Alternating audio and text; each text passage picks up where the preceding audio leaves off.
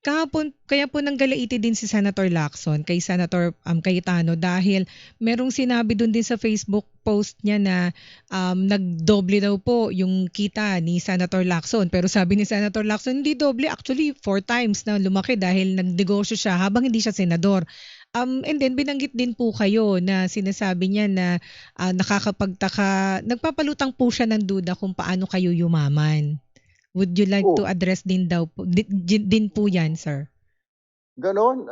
Meron akong, nung bago pa ako tignan niya muna kung pagpasok ko nung, Congress kung magkano yung salin ko. Dahil ang huling Mm, alam ko nasa 400+ million na yung mm, salin ko dati, okey. mhm, Pagpasok ko ng 22, pagpasok ko pala DSWD.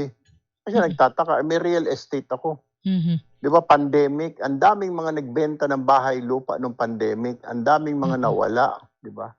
Ang mm, daming nagbebenta ng mga lupa pabagsak dahil akala nila the end of the world. So namili tayo namili ng lupa. mhm. Tapos meron tayong mga business, may consultancy ako, media consultancy. Oh, kasi Bago ako nag-join, 'di ba, consultant ako, mga elections. mm. Ako yung mga consultant ng iba't ibang mga politiko way back then, 'di ba? Ayun, may binanggit po kasi siya na, yung bang Anti-Money Laundering Council, iimbestigahan din daw ba yung inyong records kagaya ng, gustong gawin dun po sa records ng Vice President? Wala namang problema Mm. sa'kin, wala naman kasi tayong tinatago, 'di ba? Opo, opo. Anong gagawin natin, kung hindi imbestigahan nila. Wala Mhm, naman tayong tinatago. Ako, 'pag inimbestigahan nila, ito masasabi ko sa'yo, I was already asked. mhm, Can you say na yung pera, the reason na yung wealth mo ngayon is hindi galing sa masama? I joined the government service in 2022.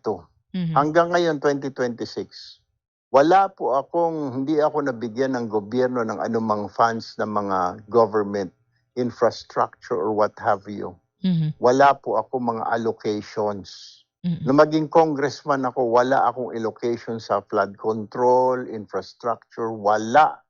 mm, Wala akong mga nasa NEP, wala ako sa GAA, wala. Okay? mm, mhm, mhm. So, papaano ako kumita? Ibig sabihin, kumita ako before nung Dahil pumasok nagnegosyo ako po sa kayo, gobyerno. dahil nagnegosyo. Exactly.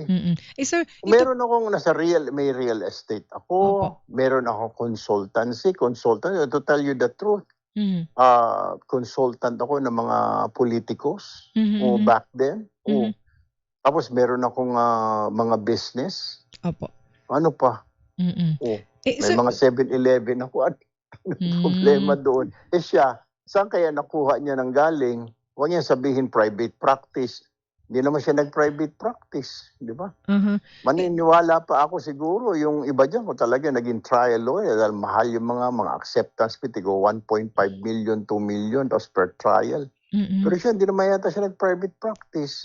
Senator ito Basta po masasabi ko na lang, Nympha, siguro, opo, yung bago siya tumingin-tingin ng mga problema, tingnan niyo muna kasi may yung kanyang marami siyang, paghandaan. Yung investigasyon ng NBI, kailangan niya masagot. mhm, Sa flood control, yung mismong kapatid niya lang ang nagsabi.